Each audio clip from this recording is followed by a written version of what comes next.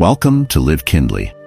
Epictetus, one of the great figures of Stoic philosophy, wisely noted, "We have 2 ears and 1 mouth, so that we can listen twice as much as we speak." These words are simple yet profoundly significant in their insights about the nature of our conversation. Stoicism, through its numerous teachings, provides a guide towards meaningful and balanced interactions. However, within its extensive teachings, there are nuances and subtleties often overshadowed by the more famous lessons. Today, we embark on a journey to uncover 7 topics that might be wise to avoid in our discussions. Join us as we explore these lesser-known principles, equipping ourselves with the knowledge to engage more thoughtfully and calmly in the world around us. Before we begin, please like the video to help me continue spreading Stoic philosophy. If you are not subscribed, I recommend subscribing and activating the bell so you don't miss any videos. Subject number 1. Your personal wealth or lack of it. In our digital age, a casual scroll through social media often reveals displays of affluence and curated success. Discussing personal wealth or the lack thereof become precarious territory. On one side, there's subtle pressure to keep up with the Joneses, and on the other, a fear of being perceived as lacking. Beneath these discussions and comparisons lies a turbulent undercurrent of emotions: envy, pride, insecurity, or sometimes even despair. Picture this. You're at a gathering where friends are discussing their recent vacations. One visited the Maldives and stayed in an overwater villa. Another explored the romantic streets of Paris. Listening to their tales, you feel a pang. Maybe you couldn't afford a vacation this year or chose to save for something else. The immediate reaction might be to either defensively justify your choices or share a past experience to level the playing field. Take a contrasting scenario. You've recently received a significant raise at work or made a profitable investment. At a dinner with friends, the topic of finances comes up. It might feel tempting to mention your recent gains, not entirely out of arrogance, but perhaps to share your joy. Yet, as the words flow, you notice the subtle shifts in body language, a friend's downcast eyes, another's polite yet distant smile. Suddenly, a light-hearted gathering takes on a different hue. Amidst these dynamics, it's invaluable to remember the teachings of Epictetus, who said, "Wealth consists not in having great possessions, but in having few wants." True wealth is not just material affluence, but a state of contentment. It's about understanding and appreciating what we have, rather than yearning for what we don't. Sharing and celebrating success is wonderful, but it's essential to tread with sensitivity and awareness, ensuring we're not inadvertently sowing seeds of inadequacy or discontent in ourselves or others. Conversely, feeling content with our financial status, regardless of societal standards, is an empowering stance. It frees us from the emotional roller coaster of constant comparison. To cultivate a Stoic approach to wealth, consider reflecting on your own relationship with money. Does discussing it bring you genuine joy, or does it stem from a place of wanting validation? Recognizing this can guide our conversations toward more authentic and harmonious exchanges. After all, the most meaningful riches lie not in our bank accounts, but in the depth of our relationships, the quality of our character, and the tranquility of our souls. Subject number 2. Predicting the future. The human mind, with its incredible imagination and analytical prowess, has always been captivated by the idea of predicting the future. From deciphering patterns in nature to seeking answers in the stars, our ancestors have tried to unveil what lies ahead. Today, in our age of data and algorithms, that quest continues, albeit in different forms. While foresight and planning are commendable, obsessively trying to predict every twist and turn can become an exhausting, often anxiety-ridden endeavor. Let's step into the shoes of Maya, a young woman about to graduate from university. Possibilities are vast. So are the uncertainties. Every dinner conversation with family turns into a speculation fest about job prospects, potential cities to move to, and the nature of the economy in the next 5 years. Friends constantly discuss potential career paths, comparing prospects and probabilities. Result? Maya feels overwhelming pressure, and anxiety stemming not from the present, but from the myriad unpredictable futures. As these waves of uncertainty and anxiety rise, it's worth pondering Seneca's observation: "We suffer more often in imagination than in reality." While it's practical and even wise to be informed and prepared, constantly discussing and speculating about an uncertain future can magnify imagined challenges, turning them into looming threats. More often than not, many of these predicted scenarios never come to pass. Or if they do, they're rarely as daunting as our minds had amplified them to be. What Stoicism teaches us here is the value of embracing the present moment. Instead of getting lost in the maze of what-ifs, it's about grounding ourselves in the what is. While we can't control every facet of the future, we can control our actions and responses in the present. By reducing the time spent on endless speculations, we can redirect our energies toward actionable, meaningful steps that align with our values and goals. While discussing potential futures can be enlightening, it's essential to strike a balance. The true beauty of life lies not in predicting every sunset and sunrise, but in marveling at the hues of the present moment, confident in our ability to adapt and thrive, come what may. Subject number 3. Vain displays of knowledge. The pursuit of knowledge is a noble endeavor, yet it can sometimes lead us astray when the intent shifts from personal growth to mere showmanship.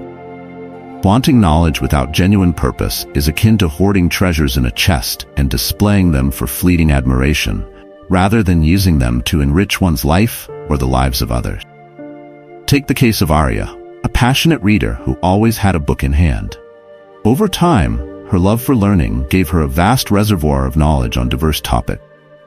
However, as she began to receive admiration for her intellect, a subtle change occurred. Instead of sharing knowledge to enlighten or assist others, her conversations started taking on a different tone. Whenever discussions arose, Arya would interject with obscure facts, often derailing the conversation's flow or overshadowing others' contributions. Instead of fostering connections and understanding, her interactions began to create distance and subtle alienation among her peers. While it's commendable to be well-informed and knowledgeable, the essence of acquiring wisdom is not just in its accumulation, but in its apt application. Knowledge, when used as a tool for vanity, can become isolating. It can transform from a bridge that connects people to a wall that distances them. Seneca once said, "True happiness is to enjoy the present without anxious dependence upon the future." In this context, it means enjoying the process of learning and sharing knowledge genuinely, without the anxiety of constantly proving oneself or seeking validation. A genuine display of knowledge is not in reciting facts, but in applying them meaningfully, aiding understanding, fostering connections, and using what we know to uplift ourselves and others. It's about knowing when to speak, what to share, and how to communicate, ensuring that the essence of the message is not lost in the clamor for recognition. In our journey of continuous learning, it's crucial to frequently introspect and evaluate our intention. Are we seeking knowledge to grow, or are we seeking it to glow? By aligning our quest for knowledge with the genuine intention of personal growth and positive contribution, we can ensure that our wisdom becomes a beacon of light for ourselves and those around us, rather than a mere decorative lamp, admired but not illuminating. Subject number 4. Other people's flaws. We've all been there at a gathering during a casual coffee break, or perhaps in a digital chat group where the conversation shifts subtly from casual banter to discussing someone else's actions, choices, or character. The allure of gossip can be powerful, but what do we truly achieve by indulging in it? At its core, this practice sidetracks us from our personal growth journey, sowing seeds of negativity in our minds and the environment around us. For instance, imagine being at a family dinner where Aunt Martha's penchant for being perennially late becomes the evening's jest. Or think about those times in the office pantry when colleagues gather, murmuring about someone's attire that might not meet the standard. These conversations might offer a brief, fleeting sense of camaraderie or superiority, but they erode the bonds of trust and companionship over time. Common misconception is that discussing others' flaws makes us more vigilant about our own. However, it does the opposite. Continual focus on external flaws can make us complacent about our internal growth. Instead, if we channel that energy towards understanding our own behaviors and attitudes, we stand to gain so much more. And it's worth remembering Marcus Aurelius's words in moments like these. Waste no more time arguing about what a good man should be one. Isn't it more enriching to lead by example, demonstrating virtue in our actions and words? There's a certain serenity that comes with consciously deciding not to partake in gossip or needless criticism. The next time you find yourself in such a situation, consider guiding the conversation towards a more positive topic, or simply choose to listen without contributing. This not only preserves your peace of mind, but also subtly encourages a more uplifting environment for everyone involved. In essence, by refraining from discussing others' flaws, we're not just avoiding negativity. We're making a proactive choice to foster positivity, trust, and growth both within us and in our circle. Subject number 5. Past grievances. Carrying the weight of past grievances can be likened to hauling a heavy backpack on a long journey. The more you hold on to, the harder your journey becomes. It's a natural human inclination to remember wrongs committed against us, whether they're major betrayals or minor slights. However, constantly discussing or reliving these grievances not only intensifies the burden, but also prevents us from fully experiencing the present moment and the potential joys it offers. Imagine a childhood friend, Alice, with whom you've shared countless memories. Yet one summer, due to a misunderstanding, she missed your birthday party, an event you had eagerly anticipated together. Years have passed, and you've had numerous happy occasions since then. But every time you both meet, the shadow of that missed party looms large. Instead of celebrating the present friendship and the shared bond, the conversations often circle back to that one grievance, preventing the relationship from blossoming further. As we navigate these feelings, recalling the words of Seneca can offer perspective. The greatest remedy for anger is delay. Instead of impulsively reacting to wrongs and cementing them in our memory, giving ourselves time to process and reflect allows us to approach the situation with a clearer, more balanced mindset. Moreover, with time, many grievances that seemed monumental in the moment often lose their intensity. By continuously discussing past grievances, we inadvertently keep the wound fresh, preventing it from healing. It's not about forgetting or undermining one's feelings, but about consciously choosing not to let past events dictate our present emotions and conversation. It's about recognizing the power and freedom in forgiveness and letting go.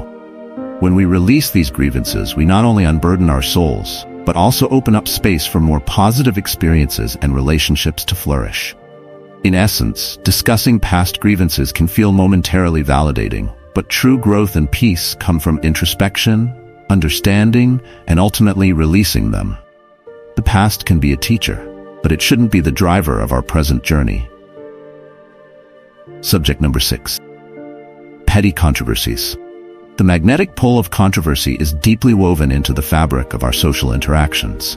It caters to our innate curiosity and desire for connection, even if it's over topics that, in the grand scheme of things, might seem insignificant.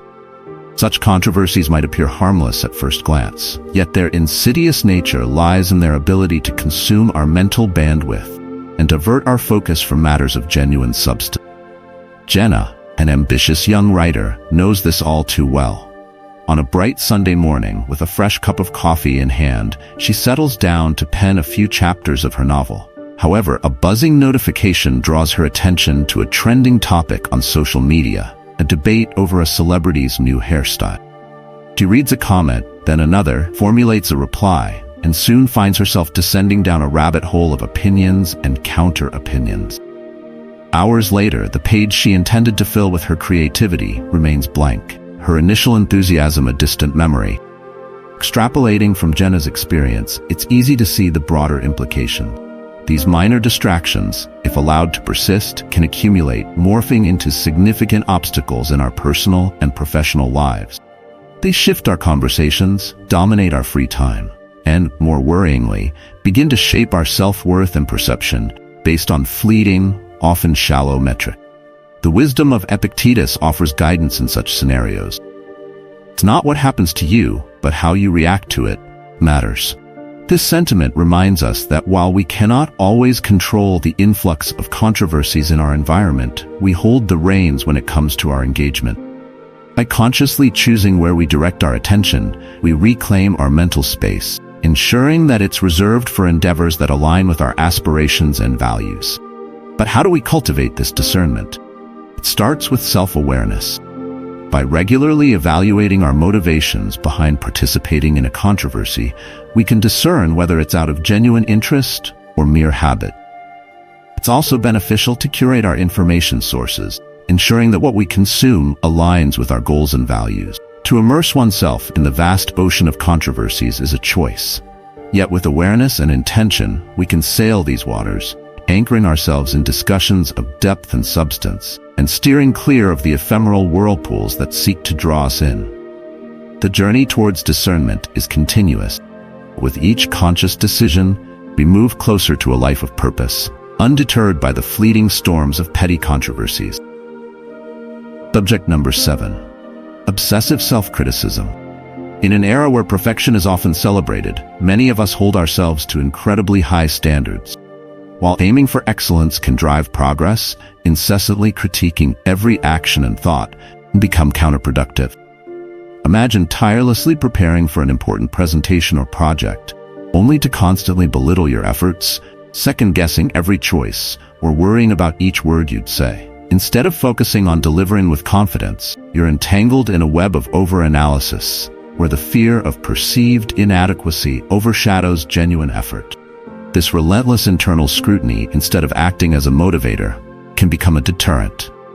It can hinder spontaneity, reduce creativity, and even impact overall well-being. The excitement of starting a new endeavor or the joy of completing a task can quickly be clouded by the persistent voice that asks, "Was it good enough?"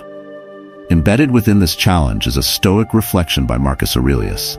The universe is change. Our life is what our thoughts make it. If our thoughts are perpetually critical, our reality mirrors that negativity. But if we can manage to harness our thoughts, we have the power to reshape our reality. Breaking free from this cycle of self-criticism involves recognizing and challenging these self-deprecating thoughts. It's about understanding the difference between wanting to improve and unnecessarily pulling oneself down. It might help to consider whether you would subject a friend to the same level of criticism you apply to yourself. Often, we are our own harshest critics. Fostering a mindset of growth, where mistakes are seen as stepping stones and not stumbling blocks, can pave the way for healthier self-assessment. By celebrating small victories and understanding that the path to success is often non-linear, we can navigate our journey with a balanced perspective, embracing both our strengths and areas of improvement. In essence, while self-awareness is a valuable asset, obsessive self-criticism can be a formidable obstacle. By cultivating a mindset of growth, compassion, and understanding, we can achieve a harmonious balance that fuels progress without compromising well-being. In our journey through life, understanding the nature of our conversations, both internal and external, can significantly shape our experiences and perception. As we've delved into today, there are subjects that, when ruminated upon excessively, can distort our vision and stifle our growth. I encourage you all to pause, introspect, and evaluate the narratives you often find yourself entwined in. Are there themes you're giving undue importance to? Moments or regrets that have outlived their relevance? Share your insights and reflections in the comments below. Your experiences might resonate with someone else, and together we can foster a community of growth, understanding, and mutual support. Let's embark on this transformative journey, hand in hand, fostering a better understanding of ourselves and the world around. Thank you for sharing this enlightening journey with me. And until our next philosophical venture, may you always tread the path less traveled, the Stoic way.